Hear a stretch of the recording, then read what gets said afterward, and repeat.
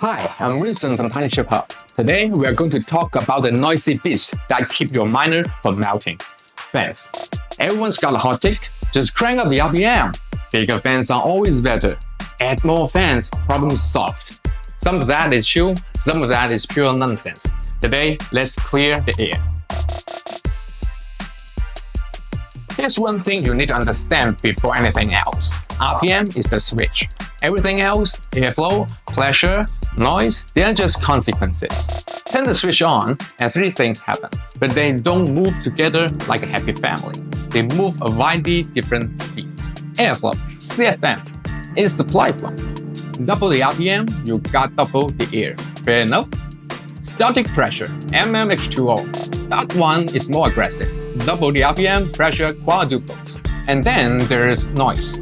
Noise is the monster. It doesn't just go up, it explodes. Double the speed, it doesn't just sound twice as loud, it sounds 2 to 3 times louder. Now, a quick word on dBA, because most people read that number completely wrong. dBA is a logarithmic. That means it doesn't add up the way you think. Every 10 dBA increases, the sound is perceived as twice louder. So a 50 dBA fan isn't a little louder than 40, it's twice as loud. Also, distance is your friend. Double the distance from the fan. Noise drops about 6 dBA. Garage versus desk, completely different world. For reference, 50 is a fridge humming.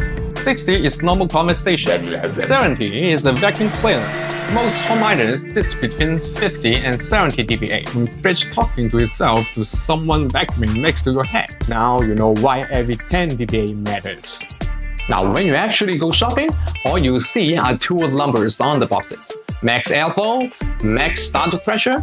What do they really tell you? Here's the dirty secret. Those numbers are measured in two situations that never happens in real life. Max airflow is measured with the fan blowing into nothing, wide open, zero resistance. Max static pressure is measured with the fan completely blocked, zero airflow. Neither one exists inside your miner. The real role is somewhere in between. Your heatsink pushes up the resistance, your fan pushes back. The actual performance is the meeting point of these two forces, but the box only shows you the extreme. So how do you use these incomplete numbers? Simple. If your fan blows into open space, like a case exhaust with no obstruction, just care about the airflow. Highest FM wins.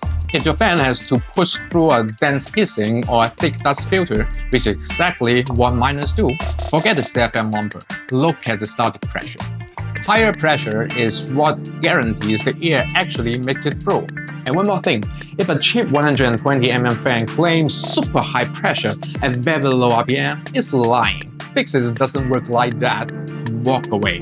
So here's the golden rule for noise. Low RPM is always better. The slower the fan spins, the quieter it is. That's just simple physics. But now you hit the real problem. Low RPM means less airflow, and less airflow means your chips get hotter. So what do? Your first instinct might be you got a bigger fan, and you are not wrong. A larger fan at the same low RPM moves more air simply because the blades sweep a bigger area. It's a clever way to get your airflow back without cranking up the speed and killing your ears. But, and there's always a but, bigger fans usually come with lower static pressure. That wide, gentle breeze might not have the muscle to punch through a thick, dense fin stack.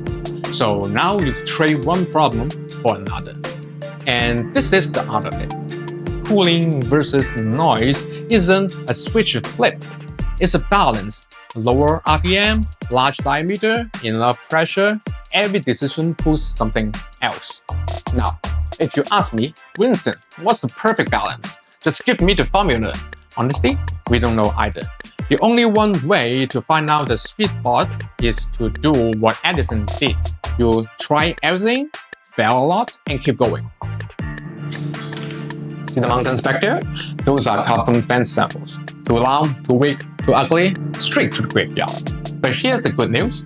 You don't have to build your own fan graveyard. We already did it for you. So when you buy a Tiny Chip miner, the fan inside the miner survived a long, painful audition. Even if we didn't get it perfect on day one, we will figure it out. revise the spec, find a fix, and help you upgrade. That's the difference between a factory that just ships boxes and a team of engineers who actually care about the machine running in your garage. I'm Winston from Tiny Chipper. Stay cool, stay hashing.